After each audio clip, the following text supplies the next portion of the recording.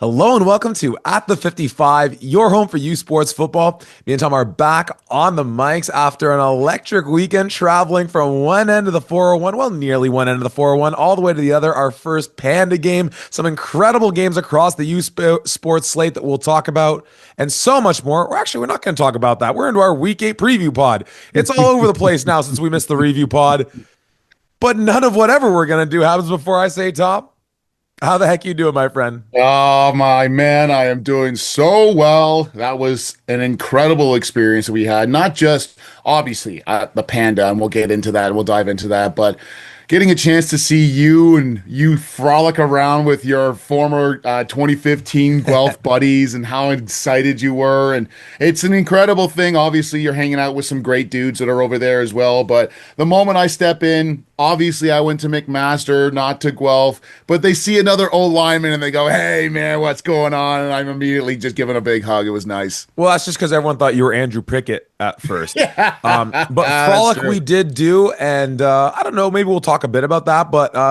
great weekend for us. And obviously, if you tuned in to our game day live we did from TD Place in Ottawa, apologies for the technical difficulties that we had. We lost our cameramen like 2 hours before the show and had to do it on our own. But in the grand scheme of things, actually, it's going to open up some more opportunities for us. The fact that we figured out what we need to do it just kind of solo. But if you didn't catch the show, we did our week 7 recap, if you will, since that game was on Sunday and most of the games that already happened, barring the Panda game and the Concordia Laval game.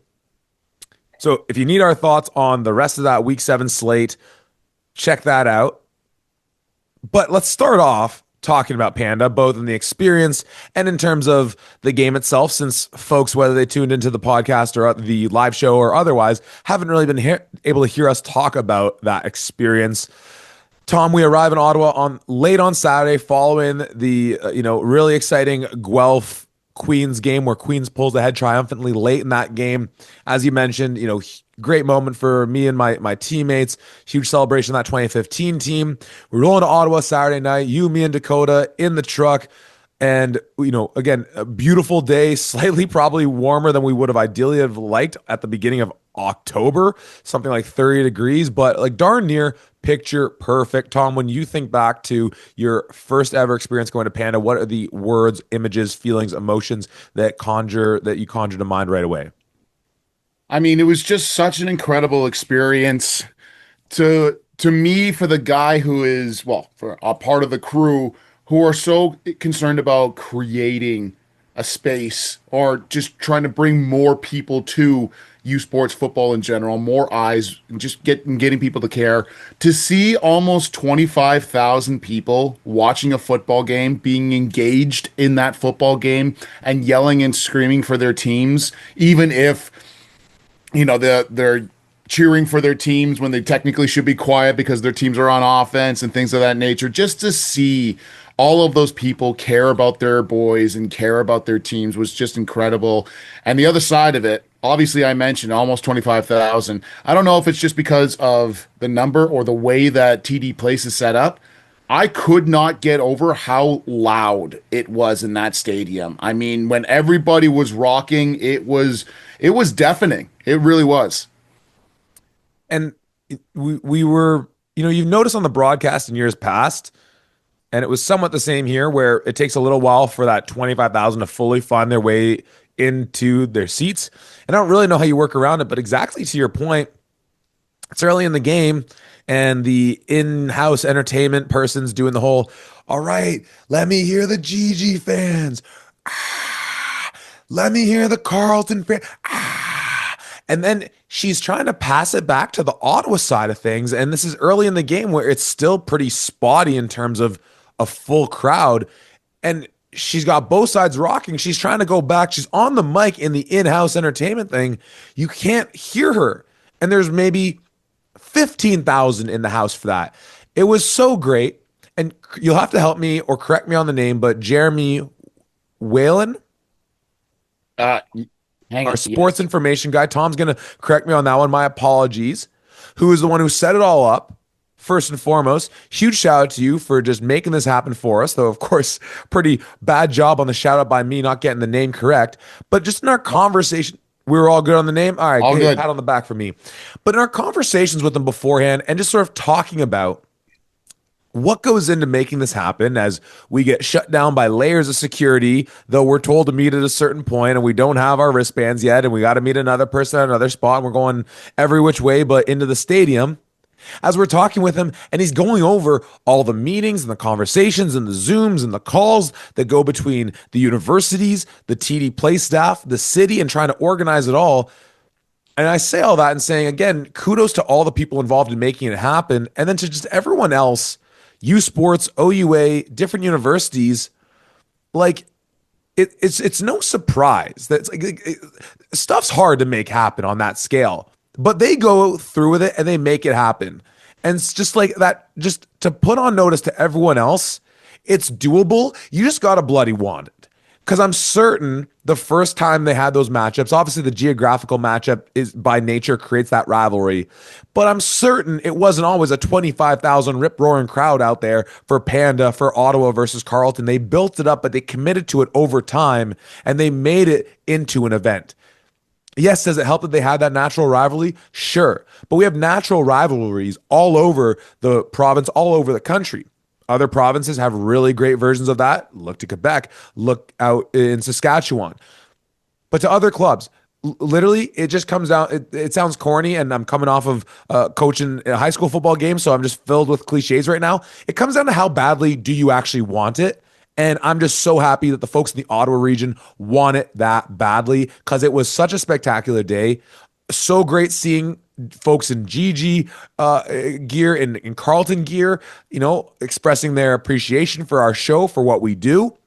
Getting to meet Elijah Barnes' parents, getting to meet Elijah himself after the game, which was really cool. Seeing dudes on both sides, win or loss, emotions flying high that, just wanted to come out and say what's up. Getting to see just like this whole community that makes Ottawa one of the strongest, not just areas for football with these programs, but even at the youth level, you see it time and time again. We already always talk about maybe it's the proximity to Quebec. It was really great getting to see Ottawa live and direct, see that football community. You obviously being a Golden Horseshoe guy, myself being in Toronto, having had experience in London, have seen some of the strongest areas that Southwest Ontario has to offer. It was so cool getting to see that football community out there in Ottawa and live up to the expectation based on how well they perform at all levels of football. Yeah, it really was an incredible sight to see. And once again, like you mentioned, shout out to Jeremy Whalen and the rest of the staff. Emir as well from the Ottawa side of things, helping us get the helmets, the Carleton helmet and the GG helmet right beforehand, along with the football. Those guys were outstanding. Credit to them. But yeah, this experience was something that I don't think I'll ever forget. And I'm absolutely sure that we will be at every Panda game going forward after this kind of experience. But as we're kind of, I guess it's kind of sounds cocky to say or whatever, but as we've kind of come to get used to, we get people coming up to us constantly saying, we appreciate what you guys are doing, and we listen to the pod and things like that, and it's amazing. Once again, I'll never get over the fact that people are listening to us, even though we're just two dudes talking into a microphone here who are passionate about watching U Sports football. It's the coolest thing ever. But to see all of the reactions here and to see everything that unfolded from the game itself to the reactions afterwards was truly incredible. Getting to see Kasim Ferdinand, albeit super briefly there, was awesome. We didn't get a chance to talk, but seeing Michael Lightbody with the shirt off celebrating the dove, that was awesome too. But the thing that I really kind of stuck out to me is that, and exactly like you mentioned, this is a regular season game at the end of it. Yes, it's on a Sunday. Yes, it's between hometown rivals, and yes, it's at a big park. But at the end of the day, this is a regular season OUA football game.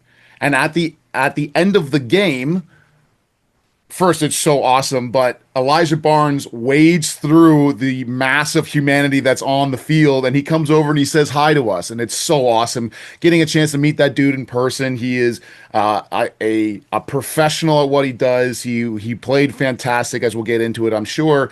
But as he's talking to us, he goes, "Oh, sorry, I got to go back into the change room," and he's getting mobbed by fans, being like, "Oh, you're Elijah Barnes. Like, can I take a picture with you? Can I get your autograph? Can I get this?" And you're going, That's awesome. But I guarantee at a regular home game at M&P Park where the Ravens play after a game, no matter how well he plays, I doubt he's getting that same reaction from people who are watching him. So is it just because it's the Panda game? Is it because they're playing at TD Place? Well, I don't know what it is, but that level of appreciation, that level of, oh my gosh, look at what these athletes are doing. That's what I want to replicate across the entirety of U Sports. And if we can do it in a regular season game, and like you mentioned, it comes down to how bad do you want this? It's possible for us to do, folks. And I don't know what the numbers are, but I have to imagine that the University of Carleton and University of Ottawa benefit a lot from the ticket sales, from getting people in there, from just the buzz that's around the Panda game. And I'm sure that other universities would do the exact same, or they would benefit the same way if they were able to do something like this. So it's a conversation that obviously we need to spend a whole lot more time in and actually deep diving into how things are done and whatever else. But just the fact that it is possible makes me so hopeful that we could potentially do something like this at another scale with some other teams. Well, and though it was partly my, rarely seen cynical side come out when we were, slowly leaving the facility, and emphasis on slowly, seeing a CBC sports truck and being like, hey, how about that? They came out to support Canadian football at the amateur level. But to that point of, that kind of you build it and they will come mentality. Well, doggone it. Like, hey, the national broadcaster decided to bloody care for once that wasn't a Vanier Cup or a semifinal, right? So you get that much attention for these universities, for these players. So, and mob mentality is a heck of a drug. So it's certainly weighed in there as well. Of course, hey, shout out to our guy Tristan Ford. So nice to actually see him in person to Yeah. chop up about Carleton football, about the Panda game. And hey, Tristan, as we told you, hey, we're the good luck charm. Y'all hadn't won a Panda game since this darn podcast got started. And guess what? You break the curse when we show up. So I'm not saying I'm exactly saying you can thank us for it. Let's talk a bit about the game, because obviously we have both these teams now tied at 3-3, and I do want to look at the standings, and I also want to address a really great Reddit post that came up by in looking at the playoff situation right now, which with this Carleton win certainly makes things very interesting. But really, without diving too much into the details of the game, because I haven't revisited the box score, I just so caught up in the kind of emotion, trying to drink it all in, the experience of it all, that I didn't have like detailed notes as much as just sort of a general vibe and wanting to be appreciative and grateful of the moment. But the number one thing I kept saying to you, and I was saying to Tristan and a number of folks, because a few Ottawa people were asking me beforehand, like, hey, like I know you got Ottawa, like, how do you think it's close or whatever? I'm like, I think it's gonna be close because of the nature of the game. I think it's Ottawa by 2 scores. Like that's where I think these teams are different. And the thing that caught me so off guard watching the game was that some of the miscues that Ottawa made were frankly the things that I would have expected from Carleton at this stage and where these clubs are at. Be it Josh Jansen missing, just not having the touch on certain passes where maybe it felt like he was maybe gripping that thing a little too tight on a player going down the sideline with a step on his man, or giving up a field goal block, giving up a punt block that gets scooped and scored, leaving points on the board. And then all the while, Carleton's obviously, it's not just a product of Ottawa misstepping on that. It's Carleton doing the things to put them into positions, and a Carleton team that defensively was so banged up going into this game, and a team that we've seen teams rush on them, we've seen teams pass on them, really move the ball in every which way, and an Ottawa team that's a really well-rounded offense and really well composed, one of those things that we always tip our hat to. So the thing that I found so astonishing on the day of all days, where you'd think that that sort of X factor component of how you comport yourself, how you deal with the moment, and really, if you just need more validation, look at the 2024, the 55th Panda, where it seemed like Carleton just didn't quite know how to deal with things at the end of the game, and perhaps they just learned from that and they moved on. A lot of those aspects I would have, in the sort of like, all right, running game, tick in whose box, passing game, who are you giving the tick in their box to, or what have you. That aspect of it going in this game, I certainly would have had Ottawa favored amongst other things I would have had them favored for. And that's what caught me the most off guard. And the thing that I'm going to be curious to see, especially as we'll talk about shortly, a Carleton team now hitting the road to take on the, reigning OUA champs. whether they can kind of keep that magic pixie dust or fairy dust, whatever it was that had them looking as sharp as I've seen them, not just this year, but really like in maybe a few years. Yeah, it was a really interesting version of this game because exactly like you said, there was a lot of times where Ottawa did not have that same crisp feel to it by any means. We were talking about this previously, but Josh Jansen has a cannon for an arm, and he's got a receiver who's going down the sidelines here, and the receiver's just past the corner, and the safety's about to come over top. And instead of just getting the ball to his receiver now and just putting it on him, he's still leading him. And even with that lead, it's still over the top of where his receiver is going. But if he's able to just connect on those, I think he left, honestly, 2 or 3 touchdowns on the table here because of those missed touches and missed passes. And I mean, shout out of all shout outs to this Carleton defense, especially the secondary that's missing 4 starters. It was unbelievable to watch those guys step up in key scenarios and cover guys. I mean, Noah Avery, I expected him to go off for like 200 yards receiving here. He's held to 4 catches for 50 yards. Like, it was incredible to see these guys and what they were able to do here. Now, I think that there's a lot of scenarios here, and we were talking with a few of the coaches after the game, and one of the big aspects of this is, well, what is it? Elijah Barnes? Is it Tristan Lefebvre? Who's going to come in at quarterback and things? And you look at, there's a lot of benefits, I guess, to either one. But in this regard, I don't know if it was just purely a matchup or if it was route running or what. But Frederick Hatchie was cooking on this day, and he's on the outside widest. He's the wide out here, and to make those throws, few of them that are just like field side outs. That's like a 45 to 50 yard throw for like a 5 to 10 yard game. There's only a few select quarterbacks that can make that throw, and Elijah Barnes is certainly one of them. So he goes into the game. He goes 13 for 19 for 181 yards and a touchdown, and he looks pretty solid doing it. Now, the deep passes and the far passes, like we mentioned, phenomenal. But there was a few times where there was supposed to be a quick curl route or quick slant route, and they're off on that, and he throws it either behind or in front of his receiver, and they're not quite on the same page still.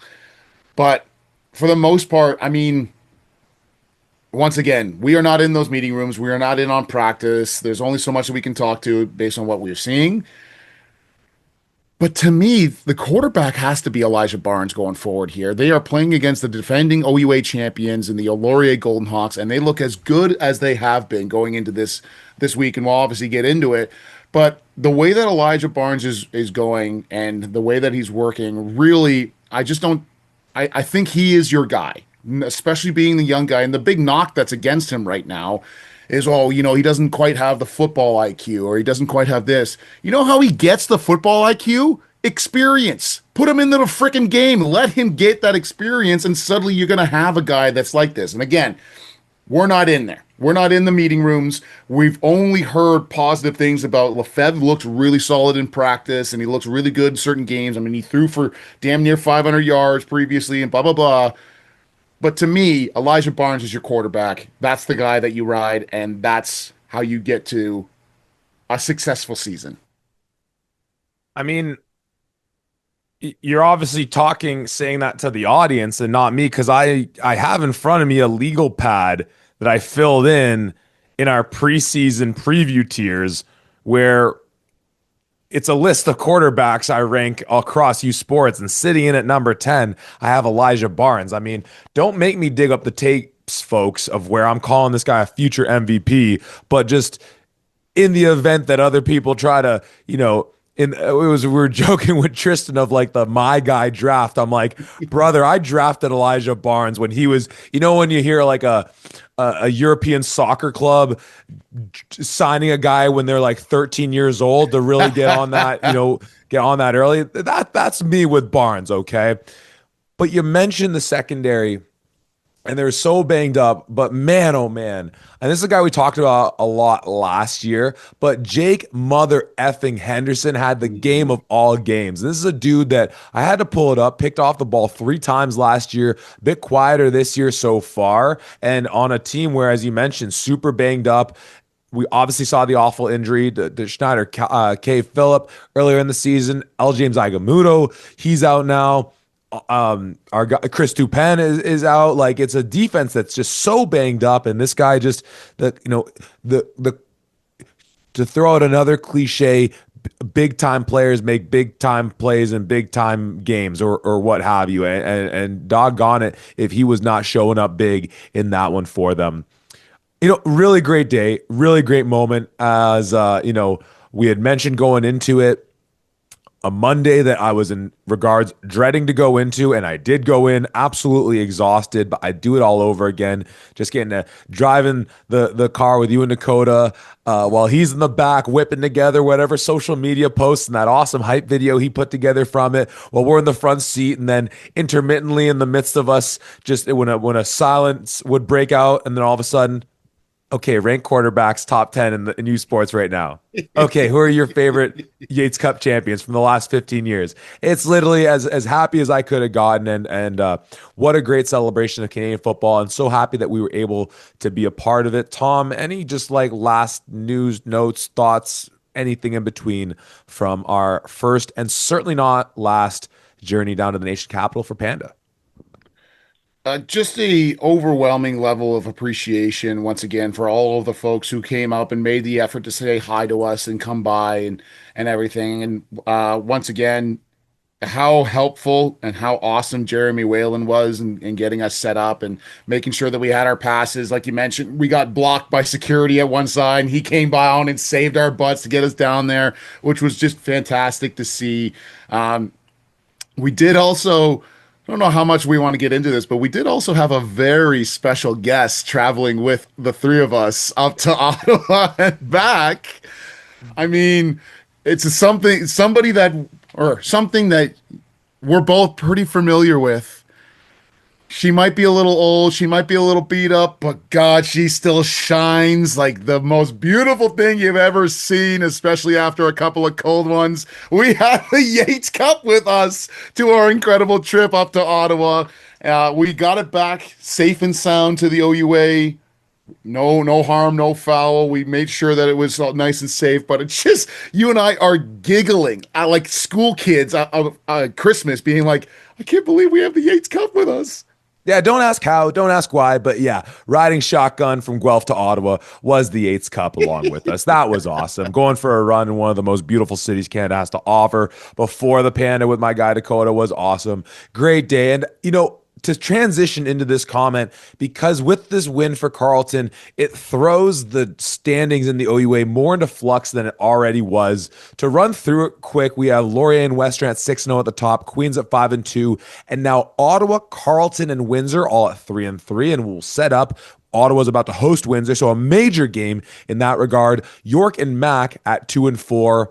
Guelph and Waterloo at 2-5, and U of T sitting at the bottom right now at 1-6, officially having been eliminated mathematically from playoff contention. And I want to read off a comment by a username Fast Secretary 7406. We've actually referenced this individual before, super active on the CIS football Reddit account. I'll just read it out word for word. It's a really good post, and it's really good food for thought here.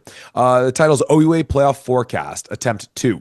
With the Panda game upset, things have changed quite a bit. I remain moving ahead with the following expectation. There are more than a few of these games that could go a different way, but I'm just going based on my expectation right now.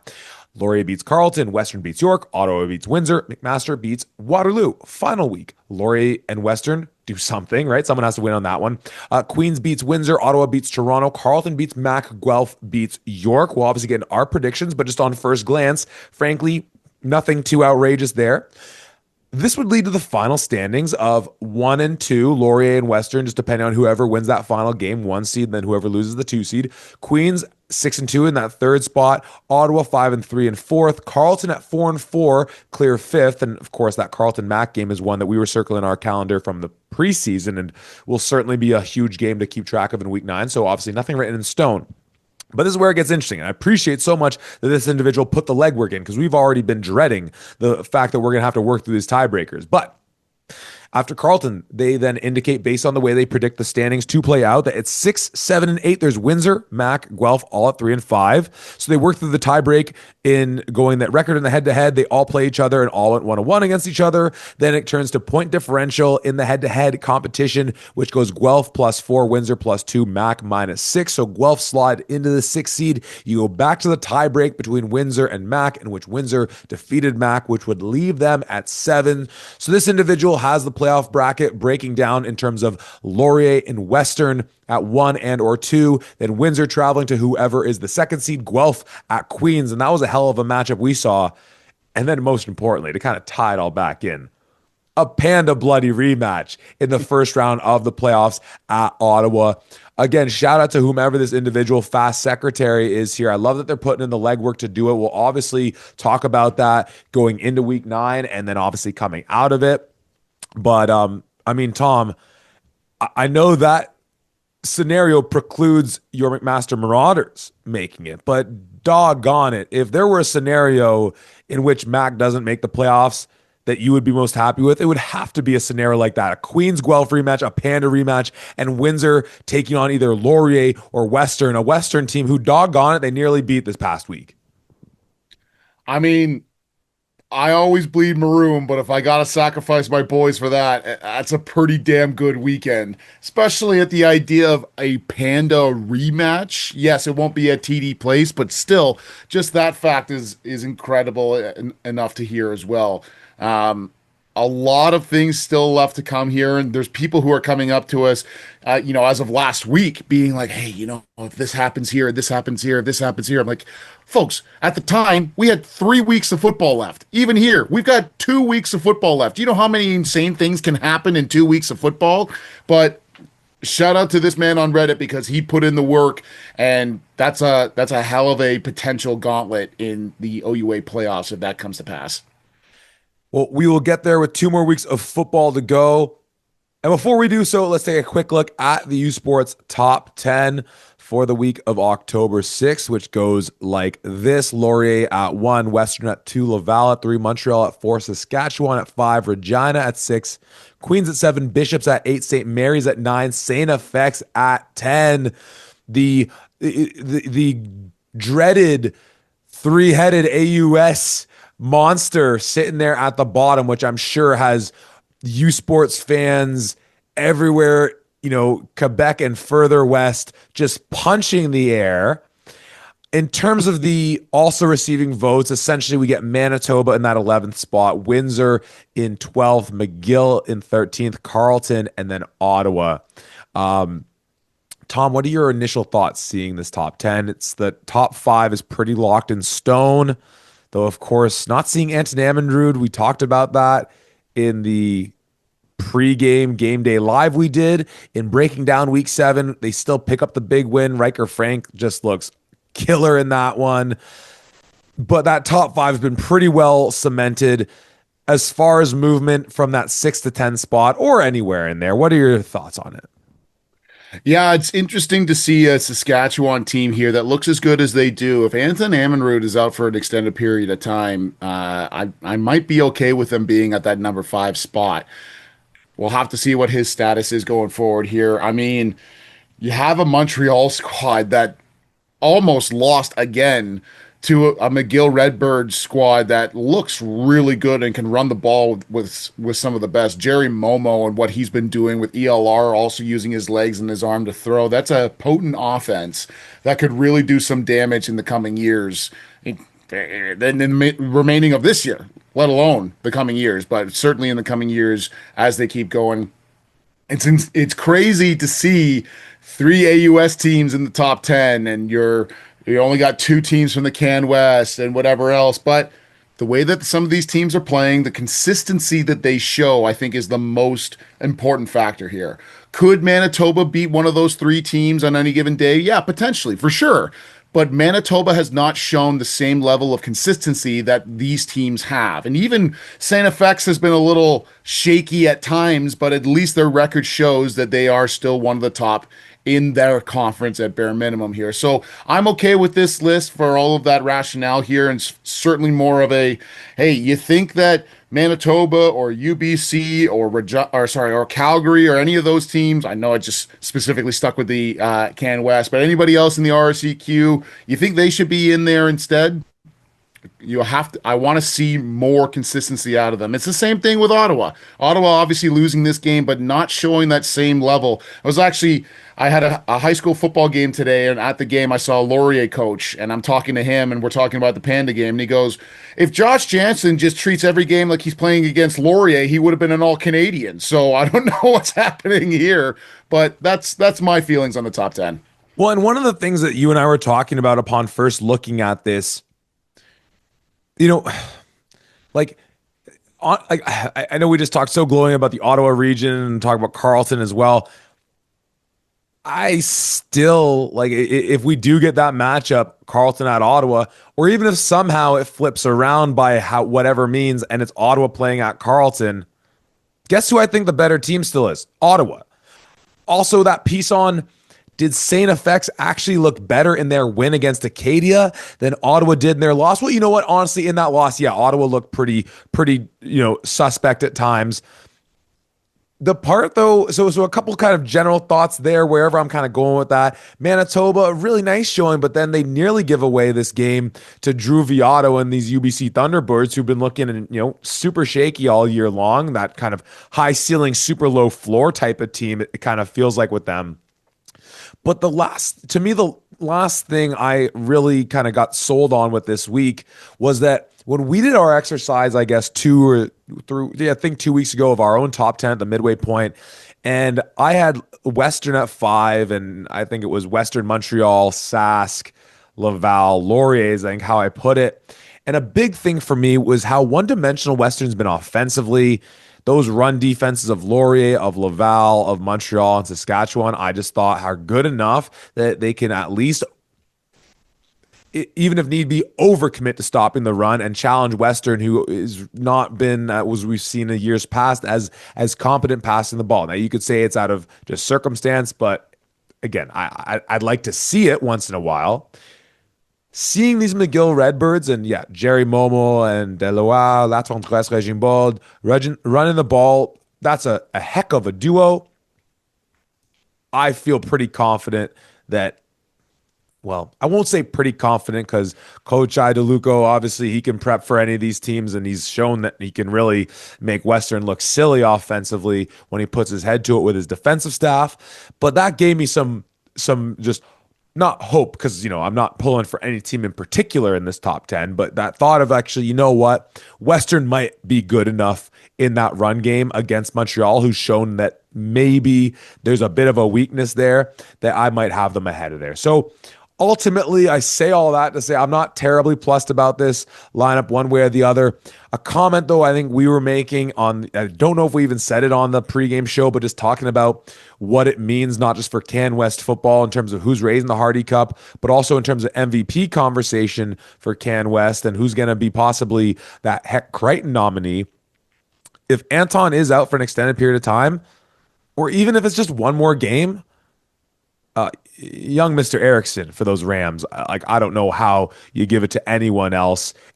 And there maybe is a case that it's him regardless, because as you've brought up, Peltier's been, bit Jekyll and Hyde throughout the year.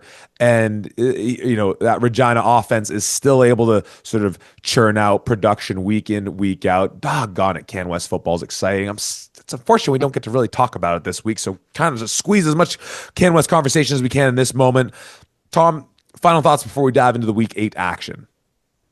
Yeah, like you mentioned, Marshall Erickson looks unbelievable. The way that he's been running the football has been nothing short of amazing, kind of doing everything for that Regina offense.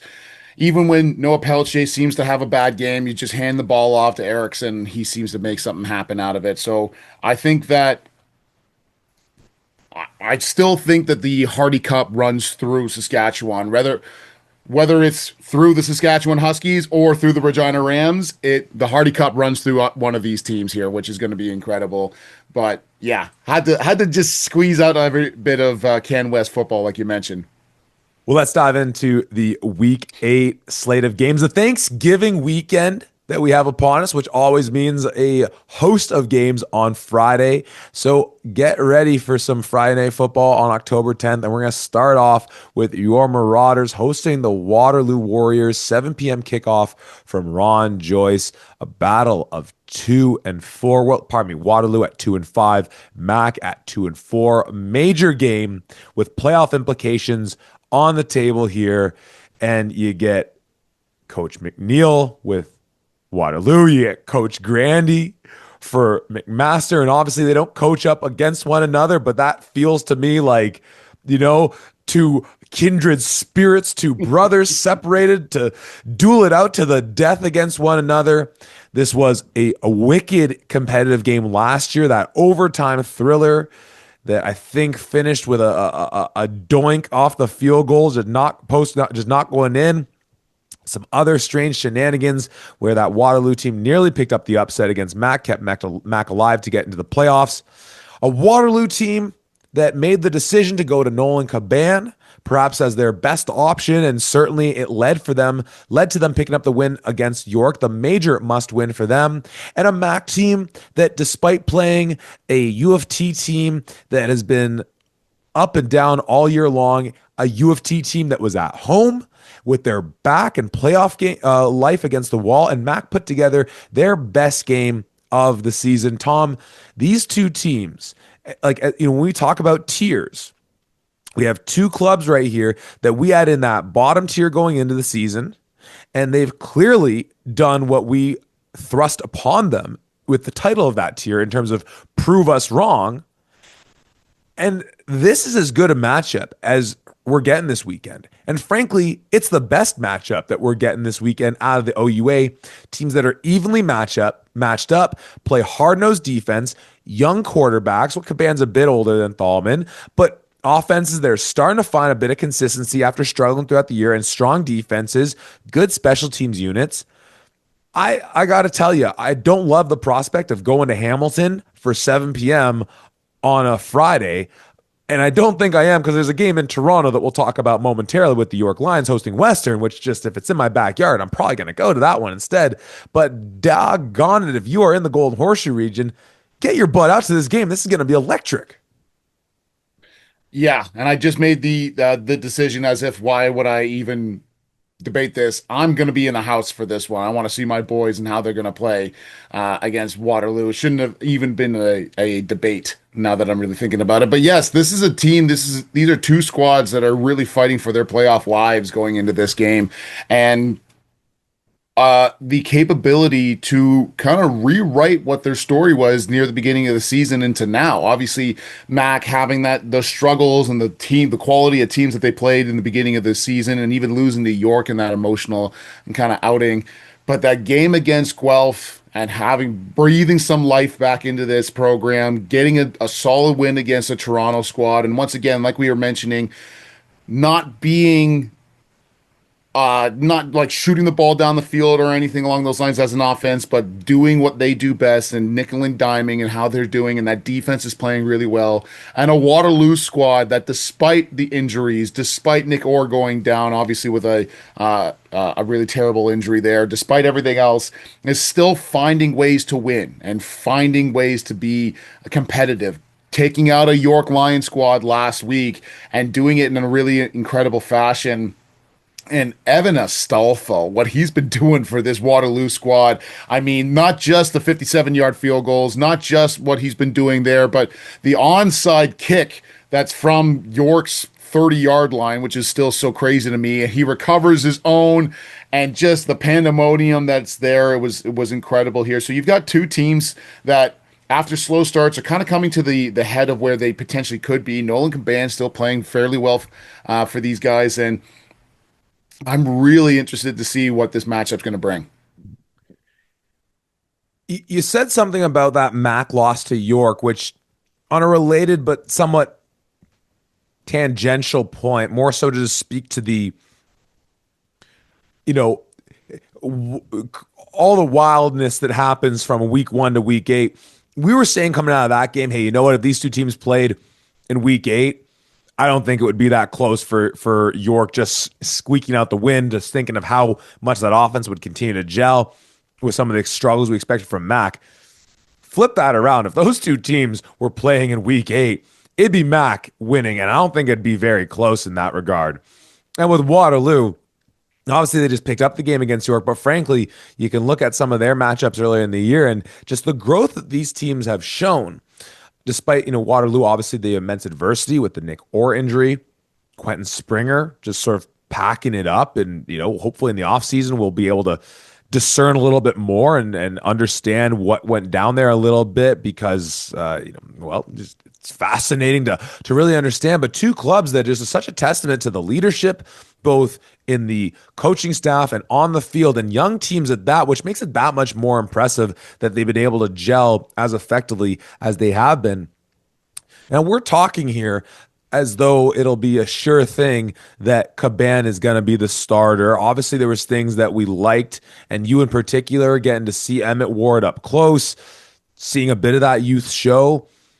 Does it seem like the direction they're going is Caban gives us the better chance for this year, and that we'll kind of, if say they get eliminated this week, maybe we see, well, I think this is actually the last game for Waterloo because I think they have the week 9 bye.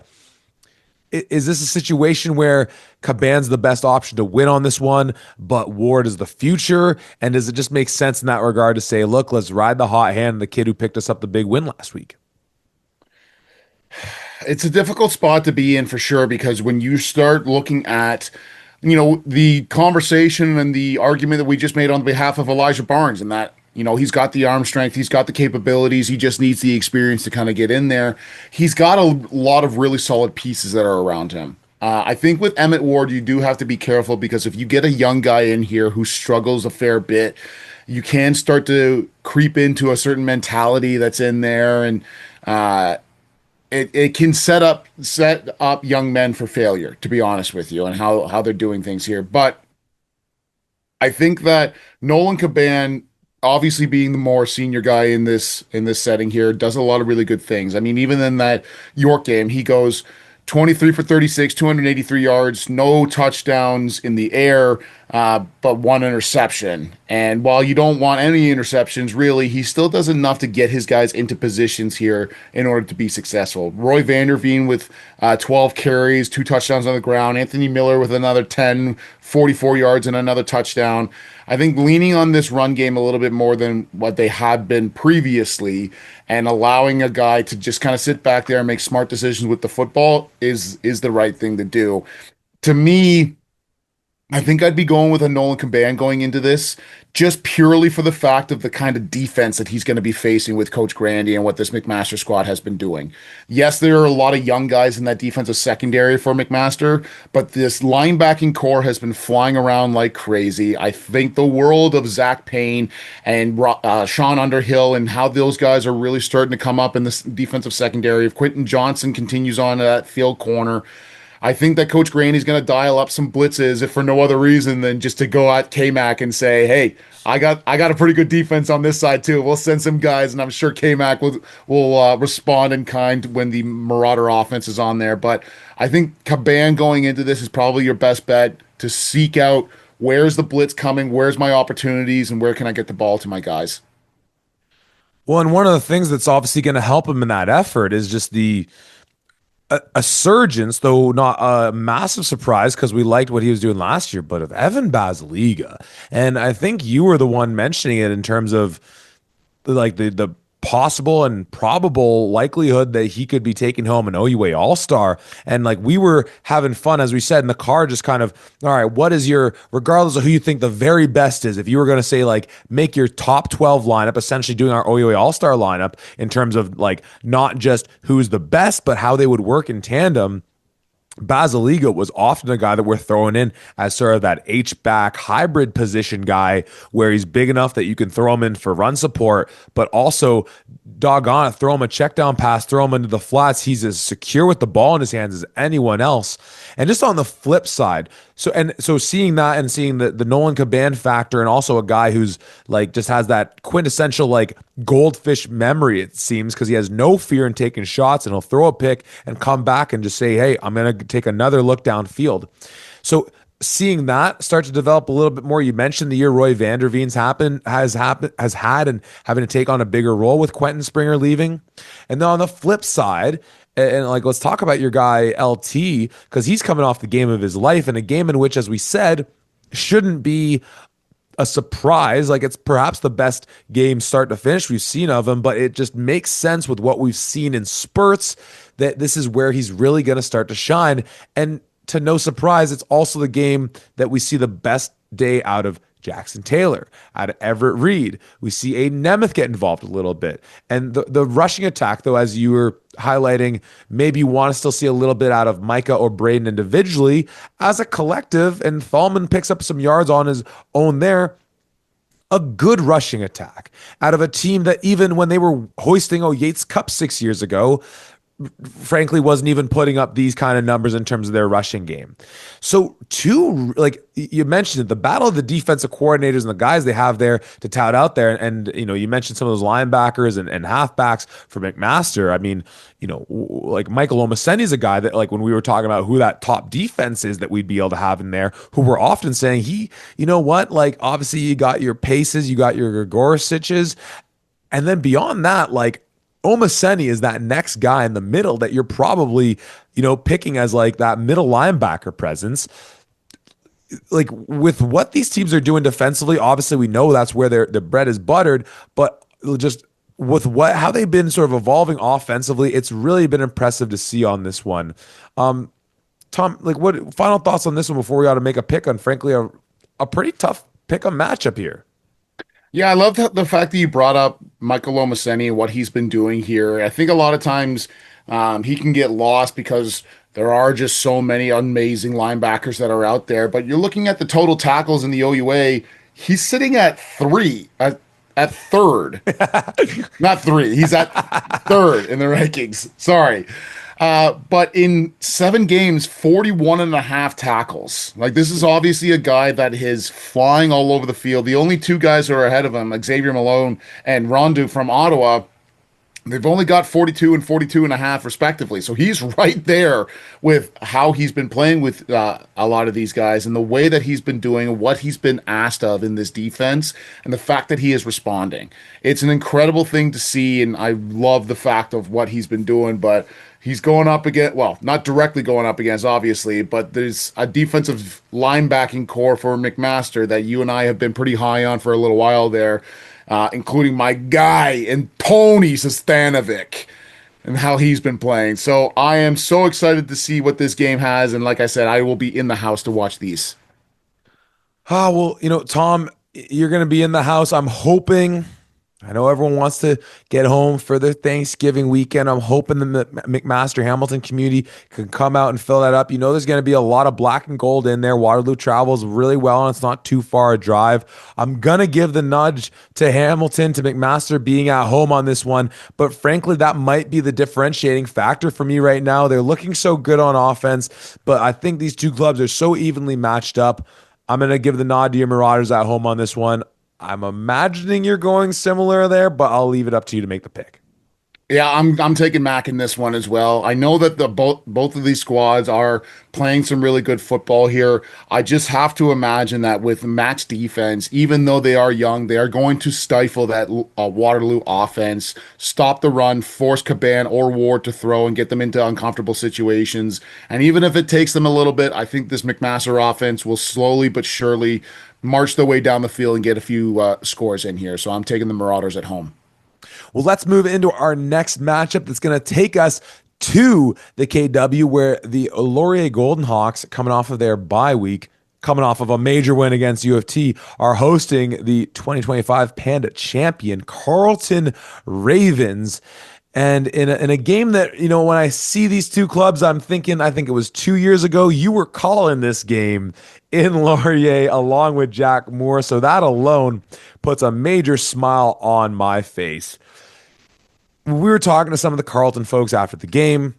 It's no surprise, and they're obviously not delusional people, that this is not the matchup made from heaven for them. They're coming off this emotional moment in this huge win for them in the Panda. They're having to travel to Laurier, a team that's rested, that's looking so strong and so effective.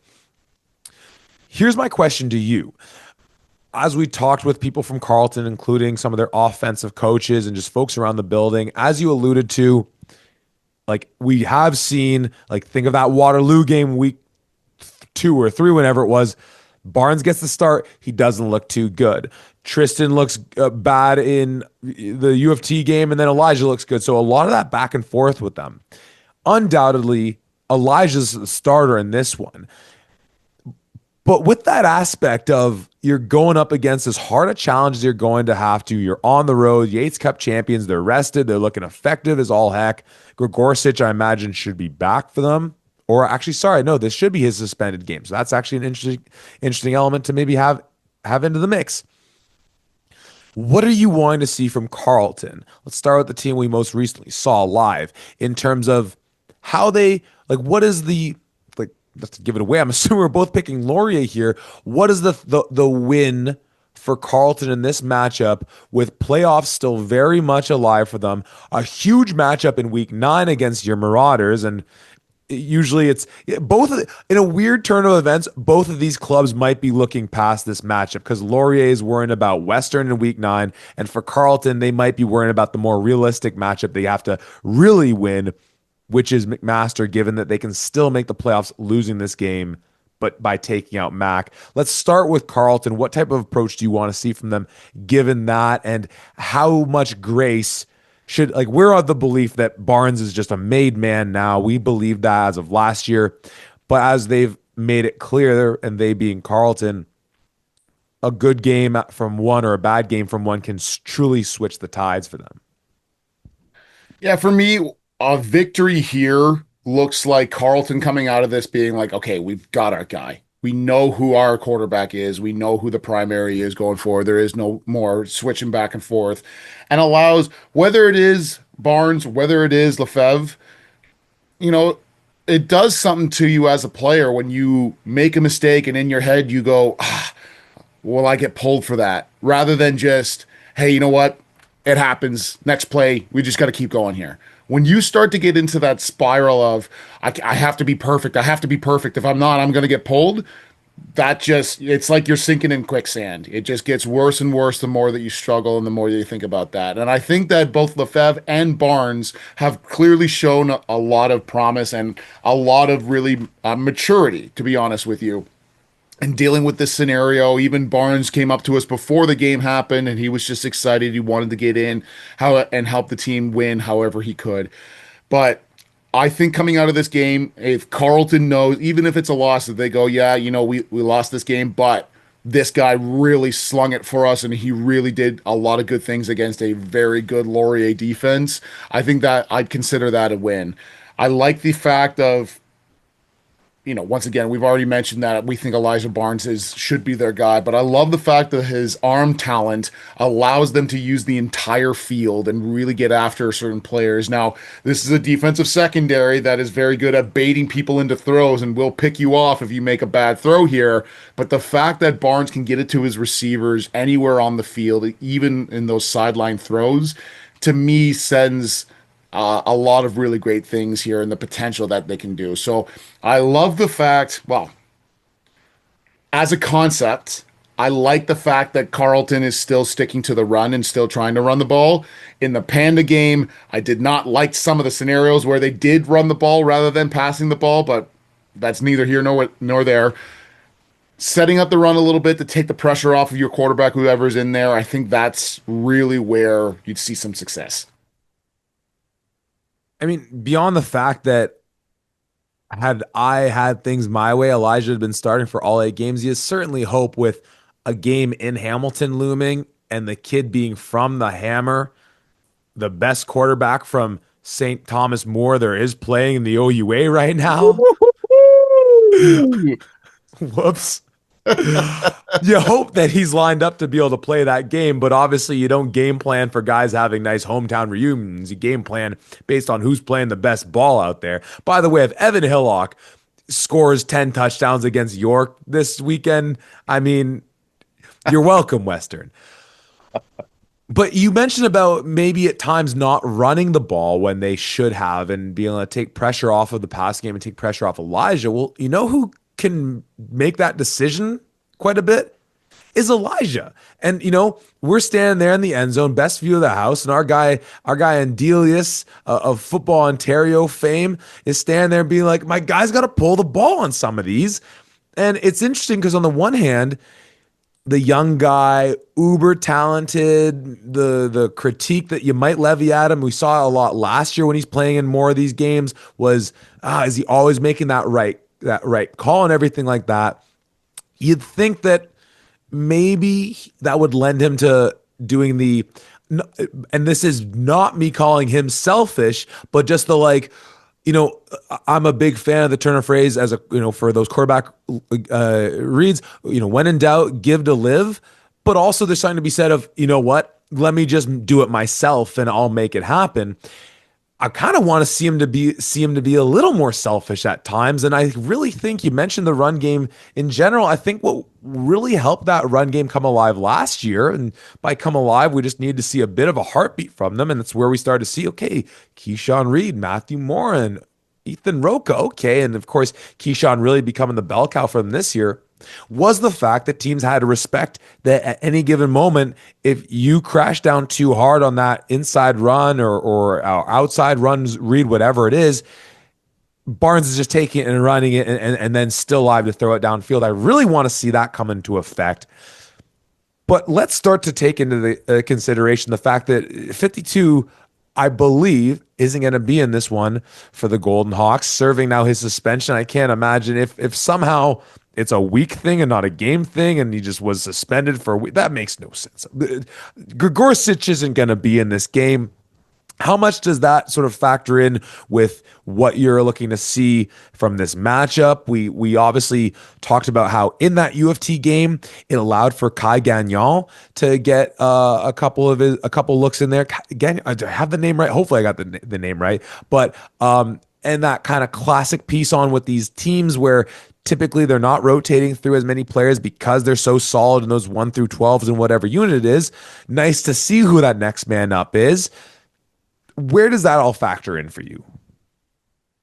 I mean, this entire Laurier squad, the way that they carry themselves, the way that this coaching staff establishes the culture here, it's always a kind of next man up mentality with the entire team being so happy and so excited for how these guys are going. I mean, you've got Josh Connors, who seems to have some kind of a thumb injury. I think he broke his thumb. So typically, if Ethan Grzegorczyk was down, Josh would be the guy to step in, and they move things around with Jesse Wilkins-Flaherty or however they want to do that. If both of those guys are out during this game and Kai Gagnon is the guy who gets to start, I mean, from everything that I've heard from the Laurier coaching staff, they're perfectly fine with that because this young man has really been doing his thing. And when you've got great players around you, when you've got some of the linebacking core that we just talked about with JWF on one side, when you've got the D line that's out in front of you, where guys are definitely going to have to be worrying about Marcus Tenney and Mateo LaQuintana, Andre Butte, like what these guys can do frees you up a whole lot to be a linebacker and just get out there and have some fun. He did come into the Toronto game, got his first career sack and celebrated hard with the fellas, and was great to see. But this is a Laurier defense that has dealt with injuries. Obviously, our guy in Harnour being down with an injury. Owen Getz comes in there and he does his thing. They had some injuries on that defensive line, especially up against Windsor in week 2, and they still were able to get things done and really be effective in it. So when a defense is coached up by a guy like Ron Van Workerk and my guy and Coach Christian as the assistant defensive coach, I'm perfectly confident that this is a defense that's going to be very well coached up and that there's going to be flying around the football. Now let's take a look at that matchup between Carleton defensively and Laurier has to offer offensively. Kyle Wither, by all accounts, best quarterback we've had in the OUA this year. That receiving core has been as good as we all expect. That rushing attack's been as good as we all expect. That O-line's been phenomenal. Your guy in Sebastian Parsalidis been running dudes over all day, bit banged up this year, but overall, that offense is looking fantastic. And this is a Carleton team that just had the game of their life. There's obviously a major aspect of the rivalry component in there with just that. how that brings a little extra out of you in terms of what's the what's real and what was maybe the magic of Panda. What do you want to see out of Carleton defensively to give you some hope for them? I mean, for you, obviously, you're hoping that it all falls to crap so your McMaster Marauders pick up the win and get themselves into the playoffs. But coming off of the game of games, despite being banged up, like, do you feel that there was something sustainable in all of that? Was it more so kind of going back to the Panda conversation of Ottawa just not executing in those clutch moments, Carleton forcing them into bad situations, and just overall with a whole other beast of Laurier waiting for them? Though, of course, when Laurier and Ottawa play, Ottawa seems just as good offensively. What do you make of that matchup, particularly given that they're still super banged up? I think this is going to be a whole lot tougher of a challenge for this Carleton, defensive secondary. I mean, the way that these guys are operating, the fact that Laurier has been coming off of a bye going into this game as well, to rest guys up and to get things in tight. I think that this is going to be a very, very tough matchup. But I mean, Jake Henderson's going to have another unbelievable game for that secondary. I know I like Xavier Malone a whole lot. I think he's got a lot of capabilities at that linebacker spot. He's going to have to make some big plays in this one to keep things tight. But like we mentioned in that Panda game, there was a few times where Josh Jansen was a little bit too far or didn't just couldn't quite connect with some of his receivers on the way out. This is a guy in Cal Wither that has been sharp as all hell. I don't think that the coaching staff has asked a whole ton of him in terms of making those tight throws and that corner routes and whatever else. But the throws that he has been making, like you mentioned, he has been outstanding on. I mean, in that U of T game, 27 for 34, 384 yards, 3 touchdowns, no interceptions. This is a guy that is operating at a very high level right now, and that he's playing some of his best football with a receiving core that's the best in the country. And I'm very confident in saying that from top to bottom. This is going to be a hell of a challenge for this Carleton Raven defense. To no surprise, we're taking Laurier in this matchup. Last thing I want to say, as far as for Carleton and just sort of the evolution of their team and just seeing a little more consistency, because it's just been an up and down, a roller coaster, whatever you want to call it, of a year for them. Tristan Reddy is obviously a top flight receiver in this league. We saw Frederick Hatchie, especially when Elijah got in there, really start to take off. Dante Spadaccini, we saw some really good moments against York, some really good moments against Guelph. A guy that I really want to see get some more opportunities, and they took a couple shots, and we saw him do a lot of work in the return game, is Nash McDonald, who we saw have some nice returns for them. A couple times they target him down the field. We know that Barnes can get the ball pretty much from end zone to end zone on one throw. He's got such a big arm. Reddy's got a lot of speed. Spadaccini's got a lot of speed. Hatchie's got a lot of speed, but maybe it's just from seeing him in the return game and it looks a little faster because it's just more bodies flying around. But McDonald's a guy that I really did not have tabs on, and I'm really excited to see how they can fit him into their passing attack to be able to add another sort of element to get ready for that game against Mac. Tom, I know you're aligned with me on the pick, but final thoughts in general with this matchup. Yeah, I really hope that this is the coming out party I think he already had his coming out party last year, but his coming out party for Elijah Barnes going into this game. We've already showcased there's one Ottawa quarterback that can play really well for whatever reason against the Laurier squad. Maybe there's another one that can as well, but I'm hoping to see a lot of good things from Carleton offense, especially from a passing game standpoint. I think they've got a ton of talent here that they really haven't realized efficiently or consistently enough. We know that Tristan Reddy is outstanding. Dante Spadaccini is really playing well, but I think Frederick Hatchie really is turning into that guy for these Carleton Ravens, and I expect him to have another big game if they want any hope of winning this one, but it is Laurier coming away with the dub. Let's move into our final OUA matchup of the Thanksgiving Friday night. The Western Mustangs coming off their tight win, but a win nonetheless against the Windsor Lancers. Heading into the T.O to take on the York Lions, coming off their tough tight loss to the Waterloo Warriors. Tom, last time we saw these two teams match up, it was in York 2 years ago, an 83 to nothing burger for Western. We darn near saw this as a first round playoff matchup last year, which would have been maybe not much different in score, but just cool to see York in the playoffs. This is a team that the wheels have just been coming off for. The threads have been coming loose, whatever analogy, metaphor, simile, whatever you want to use. It's been going downhill for York, and it's been a big disappointment with all the hoopla and pomp and circumstance that they've had coming into the year for them. Now, for what it's worth, they have a matchup against Guelph at the end of the season, and a Guelph team that has the bye right now, which, as we highlighted, couldn't come at a better time for a team with how injured they've been.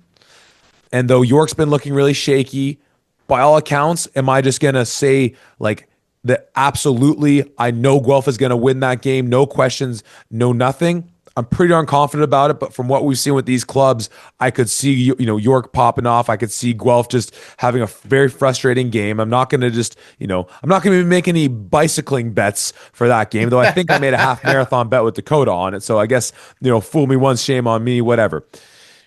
For York, kind of similarly as we mentioned with the Carleton piece on this, they're going to lose this game.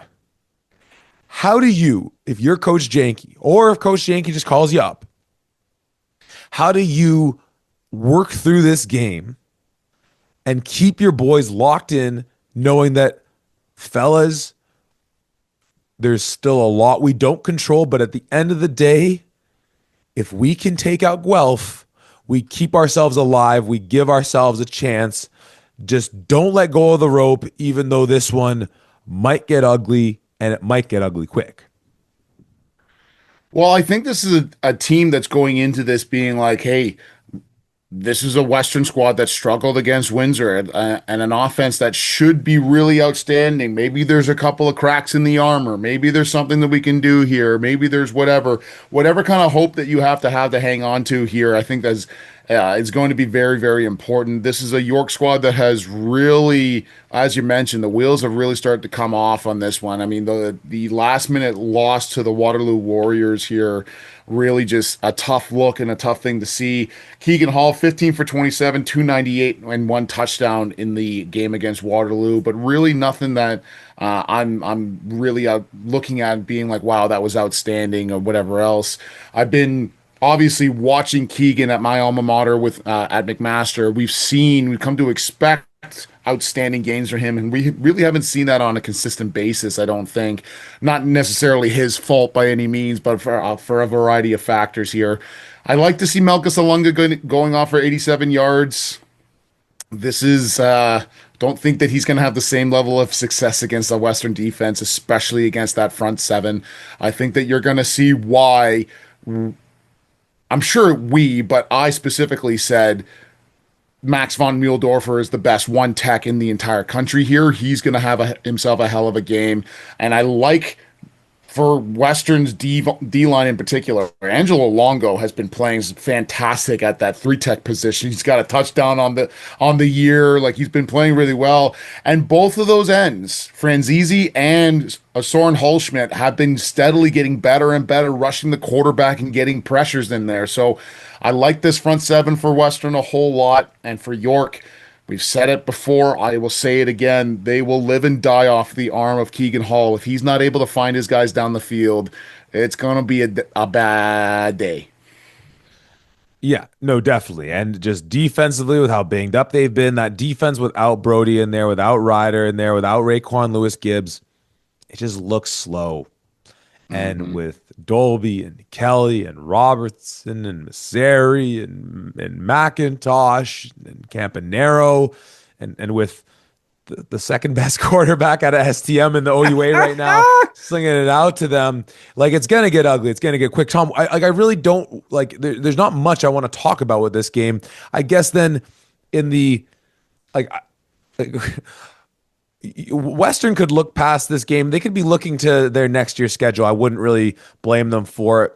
But in the spirit of them getting ready for their biggest matchup of the year, are there things that you want to see them execute on putting aside the fact that it's a very lopsided opponent or a very lopsided matchup here, are there certain things that you want to see? I mean, at the end of the day, like this might just be a Western team that's just been keeping all their cards close to the vest this whole season and just been like biting their tongue every time we say things or I say things like the passing game. I know they still got the guys, but they haven't shown it. And they're just like, really want to just break it out to just like show this effing guy in the silly hat that we're still legit in the air game, but we're saving it. We're saving it for that Laurier game, or we're saving it for whatever down the line.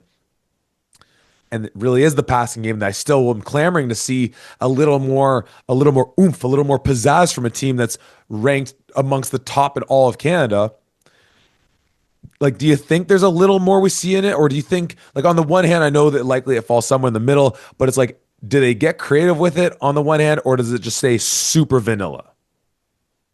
No, like I want to see this Western offense perform.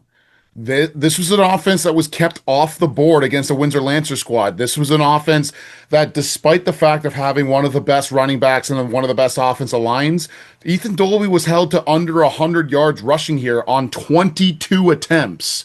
This is a If you had come in and you'd done your thing against Windsor and you'd really showcase stuff, yeah, then maybe they would have been looking past this York squad. But I know for a fact Coach G. Marsh and the rest of that staff is looking at this squad being like, this is not acceptable. This is not Western football. We got to get back into what we do best. And what we do best is scoring touchdowns. They were held without one in Windsor. So I think this is going to be a Western squad that is pissed off, and rightfully so. They should be. This is an offense in particular that I don't think has really operated at the very highest of levels as of yet, which is ridiculous to say, I know, because of how many points that they score consistently here. But once again, when you start looking at a Western squad and we start holding Western to the standard of Western, this is an offense that has not realized its true potential here in both the run and the pass, combining that into one game. Seeing Ethan Dolby go for like 150 yards rushing, and then Evan Hillock going for over 300 yards, with Seth Robertson getting more involved in the game. I mean, he throws for 230 against Windsor, and 180 of that goes to just Seth Robertson. So there's a lot of things to be desired here. And to be honest with, like, I'm going into this with the knowledge that York has been struggling, especially defensively. They have been struggling. They're struggling to stop the run and the pass here. I want to see Western put up 50 points. And at that point, then you can say, okay, you know what, we're getting to a spot here. Because it's not just something that you just turn on and off. It's not just this idea of like, yeah, we don't need to get the passing game going. Yeah, it's all right. It's the run game has a bit of a slow day, whatever. This is something that you have to be consistent at, and you have to play very good football on. And once again, we keep mentioning next week. Next week is Western Laurier. Next week is Western trying to get their revenge against the Laurier football squad that beat them twice last year. This is not a time to just come out of here lackadaisical and say, yeah, we're just going to pick up a win and just kind of limp into the next game. I want to see this offense operate at the level that we know they can against a team that has been struggling defensively all year. And, in years past, there had been part of me that might have said, but when this team, if they're in practice doing ones versus ones in team, then you could still, it's never the same as in a game. But like there are iterations of this Western team where in the years, that they're playing a better defense in practice than they are in the vast majority of their games. And that's certainly the case in this one. Don't get me wrong. This Western defense is better by leaps and bounds than when York's at this year. A large part of that is the injuries, but nonetheless, even with some of those guys in there for York, I'd still be taking Western. But I say all that and saying that, to your point of not thinking you can flip a switch in all years when you're going to do that, it's not this year. And it's really not to take a shot at that defense. It's not been as good as we've seen in years past. It's young in certain areas. That defensive line, yeah, there's some really good pieces, especially in the middle. And Franzisi and Old Man Hallschmidt, they have their moments for sure. It was great. I mean, talking about things we got to, just great moments and people we got to see at Panda. freaking awesome getting to see Deontay Knight. I hadn't seen him Yeah. since I think the combine leading in his draft year, I guess like 3 years ago. So just super cool seeing him. And as we were kind of commenting to ourselves after we stopped fangirling over seeing him, we're like, man, they haven't had a defensive lineman like really come close to sniffing like, and Deontay is one of the great defensive linemen we've had. So I like it's a high bar to set to begin with, but we're talking about Western. So like the bar is always going to be high. Like it's the reason why Evan is kind of always kind of dragged through the mud or just had the mud slang at him like left, right, and center. I slang a little mud out of the day for frankly. I mean, doggone it. So that's the thing. Yeah, I like that you mentioned that part. I'm not flipping the switch. I don't think they can. There's part of me, and like it's on the one hand, you say like, yeah, you want to see Western put up 50. And on the one hand, I go, shoot, I think they should be aiming higher for that one. On the other hand, shoot for York. There's still part of you going back to how do you spin it in terms of looking at like that process over product type approach where we started off this conversation saying 2 years ago in York's house, Western dropped 83 and they probably could have hit triple digits if they wanted to. If you're York, super banged up on defense, like all these people on social media and mentioning us and reaching out to us, players and former players, that the culture is kind of falling to shambles. There's still part of you that can, in the loss, be like, you know, call it a 45-12 final. And you say, fellas, it's not what we want. It's not pretty. But this same Mustangs team came into our house 2 years ago, and we don't need to reiterate what terrible, awful things they did to us. So, at the end of the day, I want to see Western really pop off. I really want to see York hold together. I would just hate nothing more than to kind of see it with my own eyes, being in there in the house in the wake of what everyone's been mentioning with this club kind of falling apart, to really get a sense of it. I'm just hoping all I see is a cohesive, tight-knit group. I mean, shoot, I pass U of T's practice every night when I'm heading home from work. And the thing I've loved more than anything is that when I'm passing by, I slow down a little bit. I don't really stick around to watch all that much. But for a team that, and even tonight, when it's their first practice, I suppose, or it'd be their second practice following being eliminated, there is great energy emanating off that field. And shout out to Coach Adams and the culture that he's built in there. And I have no doubt that Coach Janke's done the exact same thing. This is my first time being live for a York game in a while since things have started to slip for them. I'm really more than anything gonna be having my vibes meters on full alert for just where this club is at. Because yeah, they got Mac coming up next week. Where we stand right now, I don't like that matchup for York, and it could get even worse if people just can seemingly continue, from what we hear from folks around York, to sort of give up on the season for them. I really don't want to see that, because at the end of the day, we say it all the time, when the Yorks and U of T's and Waterloos of the world are playing good football, all the OUA prospers from it.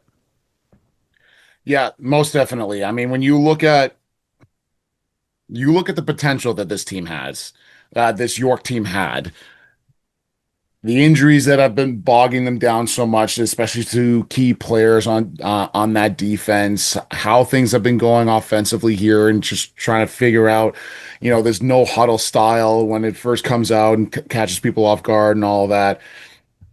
I want to see some signs of life here. I want to see a York squad that's going up against one of the very best that we have in the country and doesn't back down and fights their tail off and continues to just gnaw and fight in order to try to get a win and in order to try to keep themselves into this game. I think this game, like you mentioned, could get ugly pretty quickly here, depending on how things go out and how things play. And I want to see a York squad that doesn't flinch and just keeps throwing haymakers and keeps going back. That's really what I want to see out of this squad. I'm really taken by your choice of word on seeing them gnaw, because I think of a lion, I don't think of gnawing. So at the end of the day, there's also the take for York of saying all the pressure's on this team coming into our house. At the end of the day, if they look anything but stellar, they know that everyone in the OUAU sport landscape is going to be like, really, Western? You only beat them by X amount? We'll see how that one goes. Let's move off the Friday night slate and go into our final game of the OUA calendar, the only game happening on Saturday, where the Windsor Lancers are taking their show on the road from one end of the 401 all the way to the other to take on the Ottawa GGs. and we have been waiting for this portion of the season for Windsor all year long. This redonkulous stretch. They go from hosting Western to now going to Ottawa to then playing Queens in Kingston the following week. And on the one hand, I look at this and I say, like schedule makers, beyond just the bad beat you're handing, our Windsor Lancers here to begin with, like, is there no way that this can be one of the Friday night games to begin with? But then you're just thinking like even if it's a 7 p.m. game on the Friday, they still might have to leave on the Thursday just to like not have to literally drive. I think we looked it up. It's 8, 9 hours drive. I mean, it's something redonkulous. But then hear myself saying that, and I'm thinking, going back to where we started with like our Ottawa Carleton conversation of like, well, you know what? If you want things to be good, if you want to really make things right by these teams, you make the hard decision, which maybe means, heck, we're going to take you out of school on the Thursday as well. Like, I'm certain there's nothing going on in those classes they are missing that's that important that you can't just throw this football team a bone a little bit here. But nonetheless, clear your calendar. Saturday at 1 p.m. Ottawa, Windsor. This is a matchup that, we already talked about how great that Waterloo and Mac matchup is. Frankly, same thing goes to this one for all the same reasons.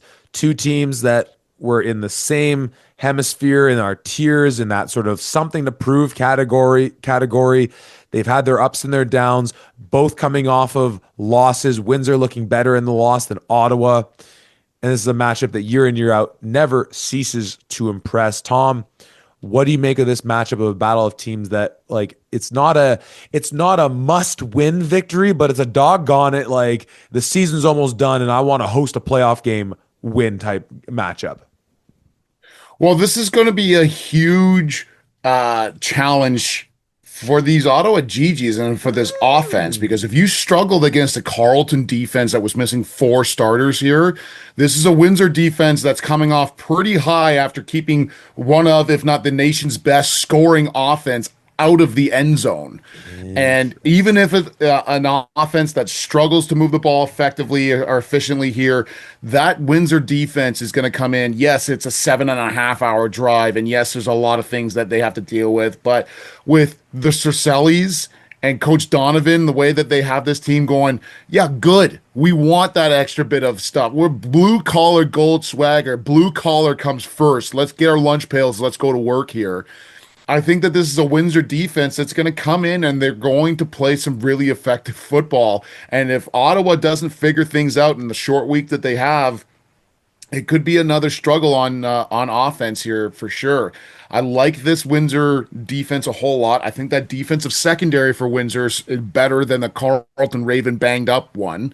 And I think that the way that they're playing right now, I don't think that this is going to be a blowout by any means. Even if Ottawa had come out and won that Panda game and Windsor had lost a lot more than what they did against Western, these are two squads that play really well against each other. And we had some of the most memorable playoff games. I think it was 2 years ago when Windsor made the drive up to Ottawa. It was an electric game. And I'm expecting the very same going into this one. And I love the take on Windsor defensively being not just stronger than where Carleton was at, but arguably you match them up with Ottawa in terms of just defenses generally, and that's a great conversation to have. I mean, I guess we could have that conversation. It seems like this would be the right medium in which to do it. But honestly, I want to talk about Windsor offensively. Now we're seeing what will be the third week, the return of Liam Talbot into that offense. In the rushing attack, although, King Charles is still our guy, and Suleiman Kamara has shown really great spurts.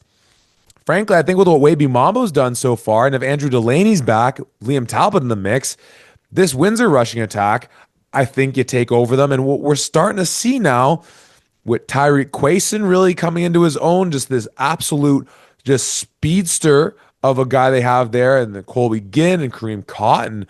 Like, this is a really cool moment, I think, for Nick Domofsky to really to demonstrate that he should be in the conversation with, it took one game from Elijah against this team for a lot of folks, not us, but a lot of folks that don't keep tabs on these things to say, oh, wow, this young guy is legit.